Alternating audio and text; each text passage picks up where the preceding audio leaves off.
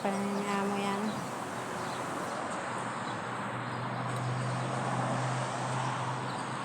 Lalo siyang gumamela. Mga dates.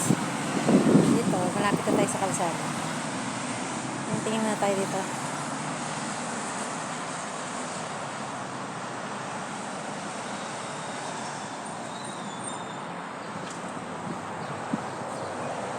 Kaya mo yung ginawa na amo ko.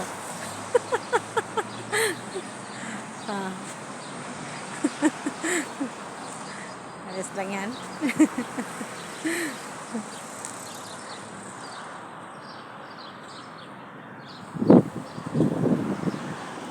Ito na itsura ng garden.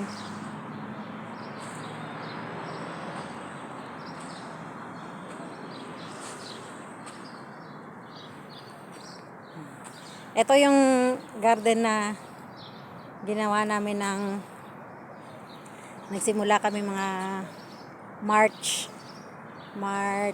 siguro mga end ng March hanggang ngayon hindi pa namin tapos. Dinaanan na kami ng Ramadan pero ito pa din.